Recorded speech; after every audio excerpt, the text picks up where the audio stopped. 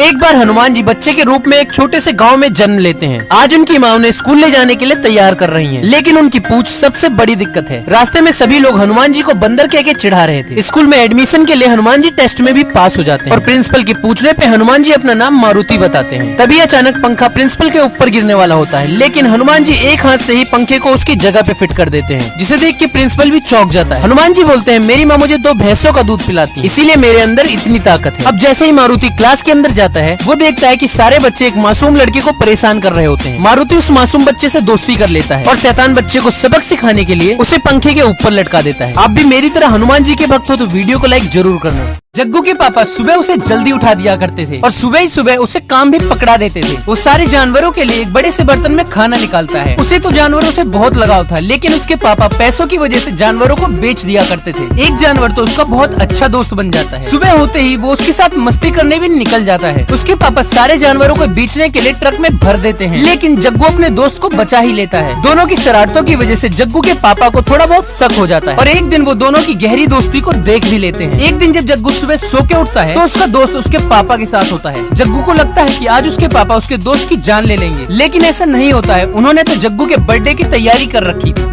माँ अपने बेटे के लिए तरबूज काट के रखती है और बेटा भी उन तरबूज को खाने के लिए उस पर टूट पड़ता है। माँ अपने बेटे को समझाती है कि बेटा तरबूज के बीज को खाने की जरूरत नहीं है, क्योंकि ये तुम्हारे पेट में उग भी सकते हैं। मगर बेटा खड़ूस होता है, वो तरबूज को बीज के साथ ही खा जाता है और बीज भी पेट में जाके सच में उग जाता है। सुबह जब वो सो के उठता है तो तरबूज का पेड़ उसकी नाक से निकलने लगता है। काश वो मम्मी की बात मान लेता तो ऐसा कुछ नहीं होता। इस वीडियो को भी वही लाइक करना जो अपनी मम्मी से बहुत प्यार करते हैं और उनकी सारी बातें मानते हैं। धीरे धीरे उसके पूरे शरीर से ही तरबूज के पेड़ उगने लगते हैं। डॉक्टर पहले कैंची से सारे पेड़ काट देते हैं, लेकिन बात ना बनने पे डॉक्टर को अपनी बड़ी वाली मशीन निकालनी पड़ती है, जिसे देख के बच्चा वहाँ से भाग जाता है। धीरे धीरे बच्चा पूरी तरीके से तरबूज ही बन जाता है और झूला झूलते झूलते ही फूट जाता है। I'm gonna have this contortionist get into this suitcase, then I'm gonna buy the suitcase. Only gonna zip it up halfway, of course. Are you good?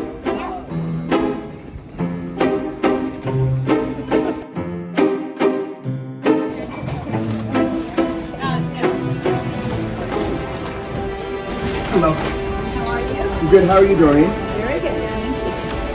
You guys taking a trip? Yeah, we're taking a trip. We got groceries in there too.